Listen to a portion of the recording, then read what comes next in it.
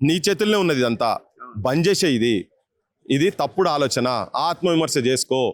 You are doing ఇప్పుడు ఆయన wrong. ఎవరు ఆర్డీఓ అంటుండు ప్రజాభిప్రాయ సేకరణ చేపడతామంటే ఇంకా 100% మాకు వద్దనే అంటున్నారు.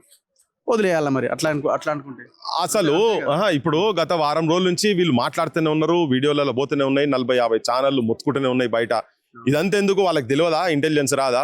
మీరు ఉన్నా లేకున్నా మేము ఏం చేసినా తీసేస్తామని చెప్పని లెక్క మాట్లాడితే ఇట్లా చేయకండి. ఇది నిర్వాసితులు చేయకండి. వీళ్ళు కట్టినప్పుడు పర్మిషన్లు ఉండే వీళ్ళకు.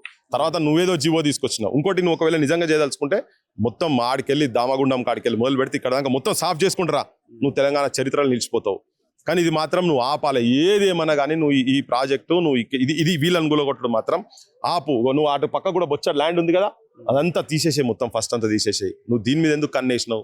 నీకేదో వెస్టెడ్ ఇంట్రెస్ట్ ఉన్నది, నీ వాళ్ళకు నీకు ఏమైనా చేసుకోవాలని ఉన్నట్టున్నది. ఇక్కడ 5-10 ఎకరాలలో ఏమైనా చేసుకోవాలన్నట్టున్నది. కానీ ఇవన్నీ ఏమి నిలువై, ఏం కట్టకపోయేది లేదు. పోయేటప్పుడు నువ్వు నీ ఇంట్లో ఏం కట్టకపోయేది లేదు. కానీ వీళ్ళు మాత్రం ఇక సాంగ్ వదిలే, ఇక నిన్ననే వాడేసినాం కదా, అది నిన్నే వాడేసిన. ఇవాళ చాలా చెప్పిన నేను ముచ్చట్లు. యాక్చువల్లీ ఇప్పుడు ఓపెన్ కాలే నేను.